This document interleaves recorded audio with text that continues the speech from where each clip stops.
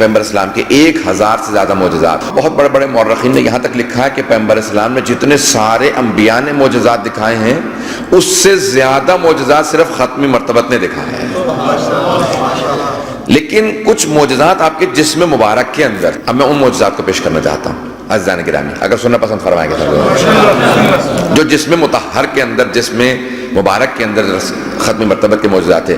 عزیزان گرامی، مورخین نے لکھا، علامہ مجلسی نے حق الیقین، ان کی عقائد کی کتاب ہے، 2 جلدوں پہ ہے، اس کی جلد اول کے اندر جناب ختم مرتبت کے جو معجزات جسم مطہر میں تھے فرماتے ہیں کہ، اور انہوں نے جو روایت بہرحال پیش کی ہے اور بھی بہت سے مقامات پہ، المناقب میں ابن شراشب نے لکھا ہے، اور میرے ذہن میں اس وقت جو حوالہ جات ہیں میں نے آپ کے سامنے، حق الیقین ہے، بحار الانوار ہے، الانوار النعمانیہ ہے، نور محمدی اس کے اندر، اور بہرحال المناقب کے اندر یہاں تک لکھا ہے کہ جب جناب خدیجہ الکبریٰ نے بھی ختم مرتبت سے کہا کہ ہم نے آپ کی تجارت کی، آپ کی برکت کی تعریف سن رکھی ہے، اور ملکۃ العرب تھیں جناب خدیجہ الکبریٰ، تو آپ نے فرمایا کہ میں چاہتی ہوں کہ آپ میرا مال تجارت شام لے جائیے. تو اس وقت بھی ختم مرتبت نے جملہ کہا تھا، کہا کہ ٹھیک ہے میری کچھ شرائط ہے، میں ہر چیز مال تجارت میں نہیں لے جاتا ہوں، میری کچھ شرائط ہے. عزیزان گرامی، ابھی شریعت محمدی نافذ نہیں ہوئی ہے، آپ صرف 24 یا 25 برس کے ہیں. مورخین نے یہی لکھا ہے 25 برس کے تھے جب جناب خدیجہ سے شادی ہوئی، یہ اس سے پہلے کا واقعہ ہے. 24 برس کے ہیں، ابھی شریعت محمدی نافذ نہیں ہوئی ہے، نازل نہیں ہوئی ہے، پھر بھی آپ فرما رہے ہیں کہ میں ہر مال تجارت نہیں لے جاؤں گا، اپنی شرائط پہ لے جاؤں گا. تو حرام و حلال کا تصور دے رہے ہیں نا پیغمبر اسلام، کہ ابھی شریعت نازل ہوگی، نافذ ہوگی، لیکن پھر بھی فرما رہے ہیں کہ کچھ چیزیں جائز ہیں، کچھ جائز نہیں ہیں. تو جناب خدیجہ کے وسیلے سے فرما رہے ہیں اس بات کو، کہا کہ میری کچھ شرائط ہیں. تو آپ نے فوراً جناب خدیجہ نے فرمایا کہ آپ کی جو شرائط ہیں ہمیں منظور ہیں، جو شرائط ہیں آپ کے ہمیں منظور ہیں. تو آپ نے فرمایا کہ میں یہ مال تجارت لے جاؤں گا، یہ نہیں لے جاؤں گا. آپ نے کہا ہمیں قبول ہے. کہا کہ پھر جو مال تجارت میں لے جاؤں گا اس میں میرا پرسنٹیج اتنا ہوگا، میرا اس میں نفع اتنا ہوگا. بی بی نے فرمایا ہمیں قبول ہے.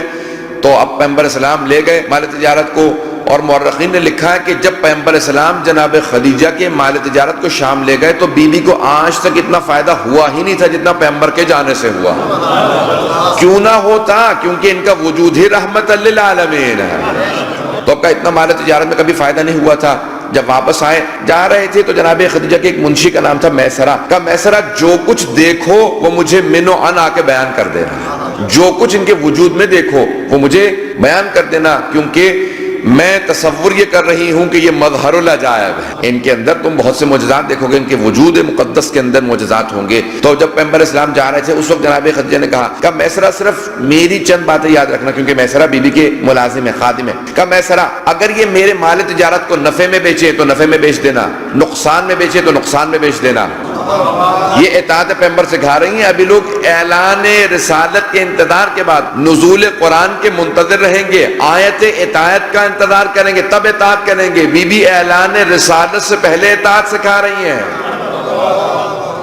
کہا کہ میسرہ نفع میں بیچے نفع میں بیچ دینا، نقصان میں بیچے نقصان میں بیچ دینا. یہ کہیں چل دو تو چل دینا، یہ کہیں رک جاؤ تو رک جانا. میسرہ یہ کہیں رات ہے چاہے سورج نکلا ہوا ہو تم کہنا رات ہے، یہ کہیں دن ہے چاہے ستارے چمک رہے ہوں تم کہنا دن ہے. میسرہ یہ جیسا کہیں ویسا کرنا. اگر یہ قافلے کے روکنے کا حکم دے قافلے کو روک دینا، چلنے کا حکم دے چلا دینا. میسرہ جیسا یہ کہیں ویسا کرنا.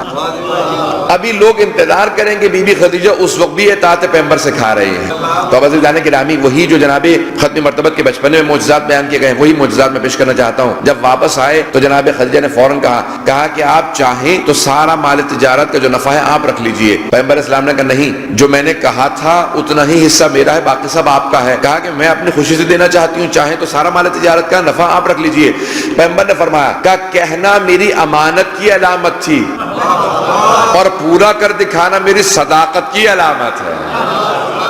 کہ جتنا کہا تھا اس سے زیادہ مال تجارت کا نفع نہیں لوں گا، باقی سب آپ کا ہے. اور پیغمبر اسلام تشریف لے گئے. بی بی نے فوراً میسرہ کو بلایا. کہ میسرہ کیا دیکھا؟ کہ بی بی واقعی یہ مظہر العجائب ہے. کہ میسرہ اب کیا دیکھا؟ اب وہ جو 24 معجزات یا 25 معجزات ہیں ان میں سے جتنے مجھے یاد رہیں گے میں پیش کرنا چاہتا ہوں. عزیزان گرامی، بات اب یہاں تک پہنچے کر سننا پسند فرمائیں گے. تو عزیزان گرامی، ختم مرتبت کی معجزات ہے بدن مطہر سے متعلق. کہ میسرہ تم نے کیا دیکھا؟ سب نے لکھے ہیں یہ معجزات، بچپنے سے پیغمبر کے نظر آ رہے تھے یہ معجزات. کہا کہ بی بی بلند قامت سے بلند قامت آدمی جب ان کے ساتھ کھڑا ہوتا ہے تو سر سے لے کے گردن تک ان سے چھوٹا نظر آتا ہے. ان کے خالق کو یہ منظور نہیں کہ کوئی ان سے اونچا نظر آئے. کہا کہ بی بی یہ ان کے بدن کا معجزہ ہے، سر سے لے کے گردن تک سب لوگ ان سے نیچے نظر آتے ہیں. کہا بی بی یہ جہاں پہ جاتے رہتے ہیں ان کے سر پہ ایک ابر رہتا ہے، ایک بادل رہتا ہے. ان کے خالق کو منظور نہیں ہے کہ ان کا کوئی سایہ بھی ہو اور سائے پہ کسی کا پاؤں بھی آئے. جن کے سائے پہ خدا کو منظور یہ نہ ہو کہ ان کے سائے پہ قدم مبارک کسی کا قدم آ جائے، ان کے سائے مبارک کے اوپر کسی کا قدم آ جائے. تو عزیزان گرامی اب اگر کسی نواسے کو کاندھوں پہ سوار کریں تو خالق کی اجازت تھی نا. تو عزیزان گرامی کہا کہ ان کے سایہ بھی نظر نہیں آتا، سر پہ ہمیشہ ابر رہا کرتا ہے. تو عزیزان گرامی کہا اور کیا دیکھا میں سرا؟ کبھی بھی ہم نے یہ دیکھا کہ راستے میں جہاں جہاں کنویں ہوتے تھے ان میں اگر پانی خشک ہو چکا ہوتا تھا یا پانی ہوتا تھا اور کھارا ہوتا تھا، پینے لائق نہیں ہوتا تھا، اگر یہ اپنا لعاب دہن ڈال دیتے تھے تو کھارا پانی میٹھا ہو جاتا تھا، خشک کنواں پانی سے بھر جاتا تھا. جن کے لعاب دہن کا اثر یہ ہو ان کے خون کا اثر کیا ہوگا؟ کہا میسرا اور کیا دیکھا؟ کہا بی بی جہاں سے یہ گزرتے تھے سارے درخت ان کو جھکنے لگتے تھے، ان کے سامنے درخت جھک کے بتاتے تھے کہ یہ ہم جیسے نہیں ہیں. اپنی بات واضح ہو رہی.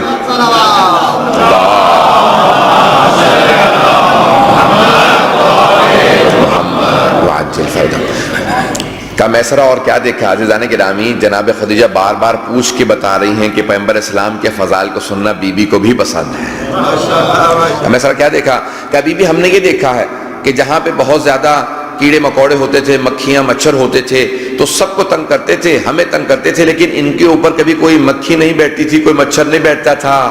عزیزان گرامی جب پیغمبر سے پوچھا گیا تھا یا رسول خدا، جب صحابہ نے سوال کیا کہ مکھیاں ہمیں تنگ کر رہی ہیں، مچھر ہمیں تنگ کرتے ہیں، لیکن آپ کے اوپر کبھی کوئی مکھی نہیں آتی، کوئی کیڑا آپ کے قریب نہیں آتا، تو آپ نے فرمایا میرے چاروں طرف اللہ نے ایک احاطہ بنا رکھا ہے، ایک محیط ہے جس کی وجہ سے سارے حشرات مجھے تنگ کرنے سے قاصر ہیں، میرے قریب نہیں آتے ہیں. تو عزیزان گرامی پیغمبر ہم جیسے نہیں ہیں، ان کا وجود مقدس بہت بالا تر ہے. عزیزان گرامی بی بی نے فوراً پوچھا کہ میسرا اور کیا دیکھا؟ کہ بی بی ہم سب لوگ اپنے ناخون کاٹتے تھے، بال کاٹتے تھے، لیکن کبھی بھی نہ ان کے ناخون بڑھتے تھے نہ بال بڑھتے تھے. خالق کو منظور نہیں تھا کہ ان کے ناخون کٹیں گر جائیں، بال کٹیں گر جائیں. عزیزان گرامی اسی لیے پیغمبر اسلام نے حجۃ الوداع کے موقع پہ ایک ہی مرتبہ سر مبارک کے منہ مبارک اپنے کاٹے، بال مبارک کاٹے اور سارے صحابہ نے تبرکاً آپس میں تقسیم کر لیے. تو سارے صحابہ تبرک کو مانتے تھے تبھی تو تبرکاً تقسیم کیے تھے. اپنی بات واضح ہو رہی ہے.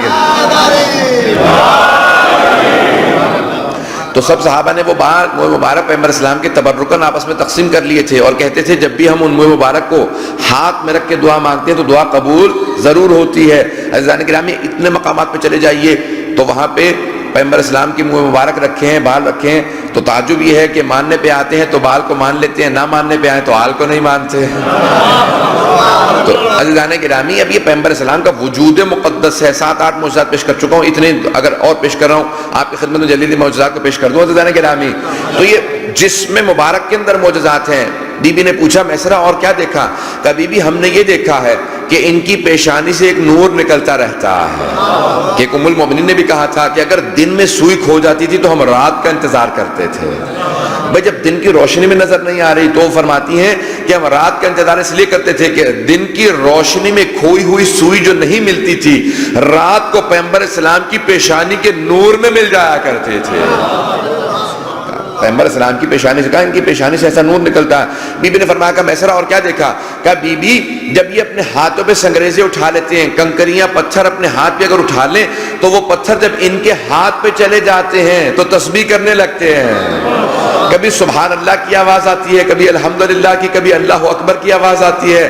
جن کے ہاتھوں پہ سنگریزے آئیں، جن کے ہاتھوں پہ ایک مرتبہ سنگریزے وہ اٹھا لیں، پتھر اٹھا لیں تو وہ پتھر تسبیح کرنے لگے. اور اگر کوئی آغوش ہی میں پلا ہو ان سے متعلق کیا کہنا جو ان کی آغوش میں پلے ہوں گے. اگر پتھر آئیں تو تسبیح کریں، جو آغوش میں پلے تو کوئی علی بنے، کوئی فاطمہ بنے، کوئی حسن بنے، کوئی حسین بنے. عزیزان گرامی ان کی آغوش پہ پلوں کا مقام ہے. کہا کہ میسرہ اور کیا دیکھا؟ کہا کہ بی بی ہم نے یہ دیکھا ہے کہ جب سب زمین پہ سوئے ہوئے ہوتے تھے ایک خیمے کے اندر تو ان کی یہ عادت تھی کہ ہمیشہ کالے رنگ کی عبا لیا کرتے ہیں. پیغمبر اسلام ہمیشہ کالے رنگ کی عبا لیتے ہیں، تو اس لیے پیغمبر اسلام کی ماننے والے کبھی کالے رنگ سے، کالے کپڑوں سے کبھی بھی اس کو بدعت نہیں کہیں گے. کہا پیغمبر اسلام ہمیشہ کالے رنگ کی عبا لیا کرتے ہیں. کہا کہ یہ کالے رنگ کی عبا لیتے ہیں، اپنے سر سے لے کے پاؤں تک پورے بدن کے ڈھانپ کو ہمیشہ سوتے ہیں. کہا جب سارے زمین پہ سو رہے ہوتے تھے پھر بھی ہم دیکھ کے بتاتے تھے یہ محمد ہے. کہا میسرہ کیسے؟ کہا بی بی ان کے جسم سے نور چھن چھن کے نکلتا ہے. تو اب اگر شب ہجرت پیغمبر اسلام کسی کو اپنے بستر پہ سلانا چاہیں گے تو کسی ایسے کو تلاش کریں گے جس کے جسم سے ویسا ہی نور نکلتا ہو.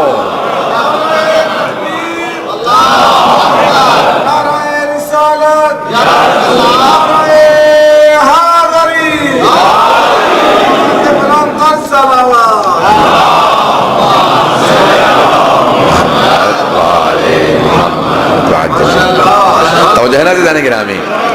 تو اب اگر شب ہجرت جناب ختم مرتبت کو اپنے بستر پہ کسی کو سلانا ہو تو کسی ایسے ہی کو دعوت دیں گے نا میرے اپنے بستر پہ سلانے کے لیے جس کے جسم سے ویسا ہی نور نکلتا ہو جیسا ختم مرتبت کے جسم مبارک سے نور نکلتا تھا. عزیزان گرامی وہ سارے مشرکین مکہ تھے جو چاروں طرف سے کھڑے بار بار دیکھ رہے تھے کہ کون سو رہا ہے بستر پہ، اور بار بار ایک دوسرے سے کہتے تھے نہیں ابھی محمد سو رہے ہیں. عزیزان گرامی جبکہ 100 امیر المومنین رہے تھے پھر بھی وہ دیکھ کے کہتے تھے محمد سو رہے ہیں. اپنے نہیں تھے، اپنے ہوتے تو کہتے کہ تعصب سے دیکھ رہے تھے اس لیے محمد و علی میں فرق نہیں کر سکے. عزیزان گرامی بیگانے تھے پھر بھی دیکھ کے کہہ رہے تھے ابھی محمد سو رہے ہیں. انہیں نور میں 19-20 کا بھی فرق نظر نہیں آیا.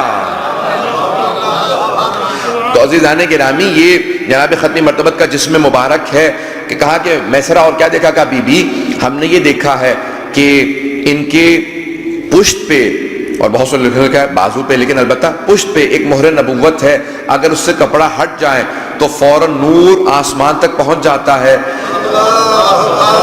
جس کے متعلق لوگوں نے لکھا ہے کہ اس پہ لکھا تھا خاتم النبیین. یہ مہر نبوت تھا، ختم نبوت کی مہر تھی پیغمبر کی. بعض نے لکھا ہے بازو پہ، داہنے بازو پہ، بعض نے لکھا پشت پہ.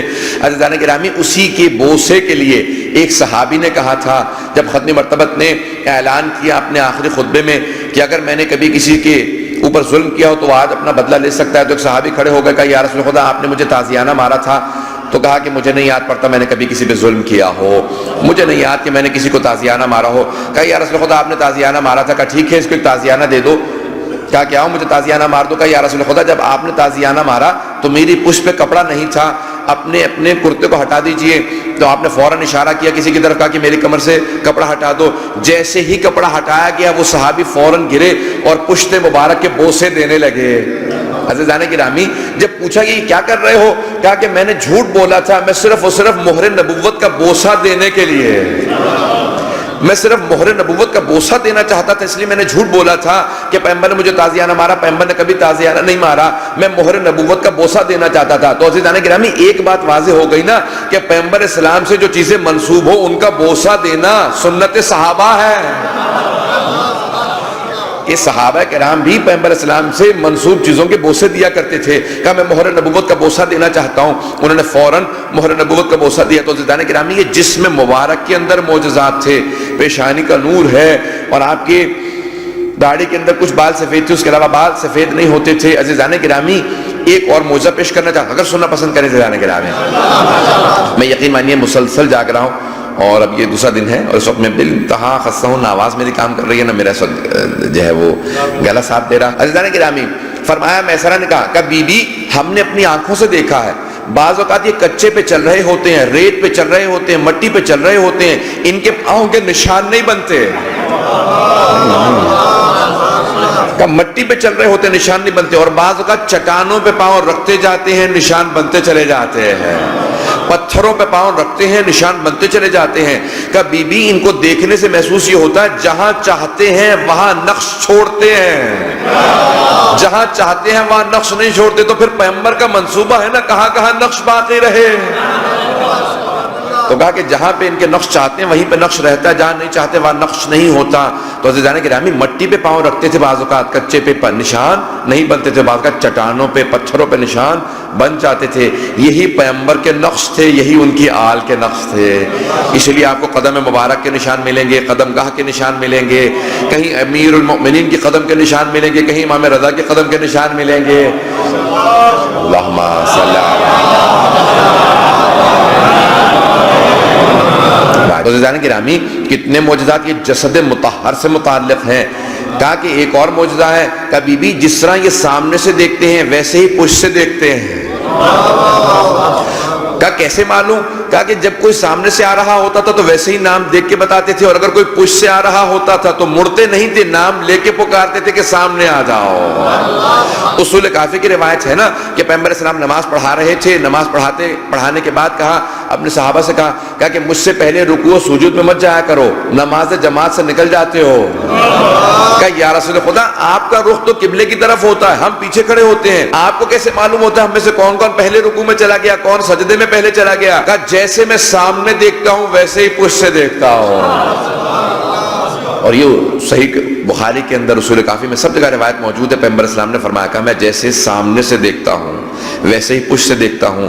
پھر فرمایا کہا کہ میں سر اور کیا دیکھا؟ کبھی بھی اکثر کہتے ہیں کہ میں جب سو رہا ہوتا ہوں میرا سونا میرا جاگنا دونوں برابر ہوتے ہیں، میں کبھی بھی غافل نہیں ہوتا، کبھی بھی غافل نہیں ہوتے۔ غفلت ایمان کی علامت بھی نہیں ہے، چجائے کہ نبوت و عصمت کی علامت کیسے ہو سکتا ہے؟ تو عزیزان گرامی کیا کبھی بھی غافل کسی حالت میں غافل نہیں ہوتا؟ پیغمبر صلی اللہ علیہ وسلم فرماتے ہیں میں کسی حالت میں غافل نہیں ہوتا، میں کبھی بھی غافل نہیں ہوتا، ہر وقت میں تمہارے اعمال پہ شاہد ہوں۔ یہاں تک کہ فرمایا کہ میرا جینا اور میرا مرنا دونوں برابر ہے، میں مرنے کے بعد بھی ویسے ہی گواہی دوں گا جو میری زیارت کے لیے آئے گا جیسے زندگی میں کوئی زیارت کے لیے آیا۔ من زارنی فی حیاتی من زارنی بعد مماتی کا من زارنی فی حیاتی، جیسے مرنے کے بعد کسی نے میری زیارت کی ہو ایسا ہی ہے جیسے زندگی میں میری زیارت کی ہو۔ پھر فرمایا کہ واقعی ایسا ہی ہے، کہا میرے ہی لیے نہیں ہے بلکہ میرے 12 کے 12 اوصیاء کے لیے بھی یہی حالت ہے۔ کہا کہ بالکل ایسا ہی ہے۔ عزیزان گرامی یہ ہے جناب ختنی مرتبت کا جسد مطہر۔